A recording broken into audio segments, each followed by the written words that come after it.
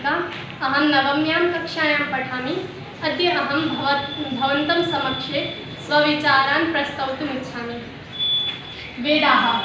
वेदाः प्राचीनतमाः ग्रंथाः। वेद प्राचीनतम ग्रंथ हैं एवं श्रेष्ठतम ग्रंथ भी हैं। वेदोखिलो धर्ममूलम, अर्थात वेद संपूर्ण धर्म के मूल हैं, चाहे वो कोई भी धर्म क्यों न हो। वेद सृष्टि के आदि में ब्रह्मा जी ने 4 ऋषियों को प्रदान किया था, जिनके नाम थे अग्नि, वायु, आदित्य और अंगिरा। सृष्टि के आदि में वेद एक ही था, परंतु उसका वर्गीकरण व्यास जी ने किया और इसी कारण उनका नाम वेद व्यास पड़ा था। वेद 4 हैं: ऋग्वेद, यजुर्वेद, सामवेद तथा अथर्ववेद। इनके उपवेद हैं आयुर्वेद, धनुर्वेद, गंधर्ववेद एवं अर्थवेद। इनके विषय हैं, ऋग्वेद का विषय है ज्ञान। ऋग्वेद से हमें ज्ञान प्राप्त होता है और उस ज्ञान को सार्थक बनाने के लिए हम यजुर्वेद को पढ़ते हैं। यजुर्वेद हमें कर्म बताता है कि हमें किस प्रकार का कर्म करना चाहिए। फिर आता है सामवेद।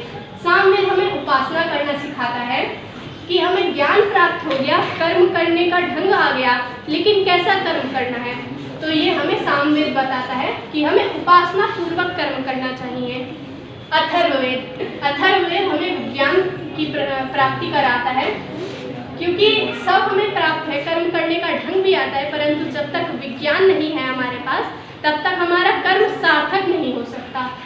ऋग्वेद में मंत्रों की संख्या है 10,580, यजुर्वेद में 1,975, सामवेद में 1,875 और अथर्ववेद में 5,987।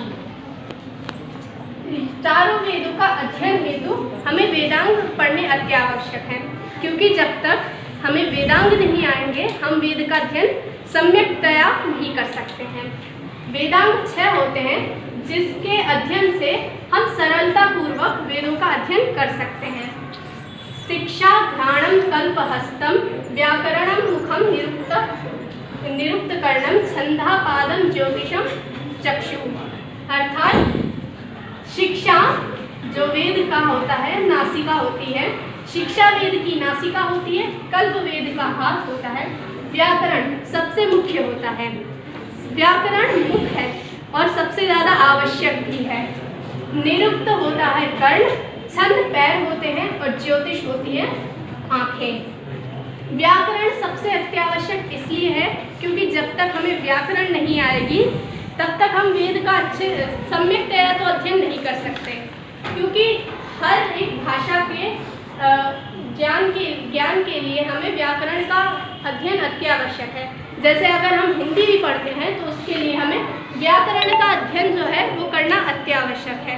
अगर हम नहीं कर पाते हैं तो हमें वेद का सार नहीं समझ में आएगा, और वेद का सार नहीं समझ में आएगा तो हम वेद का सम्यकतया तो अध्ययन कर ही नहीं सकते।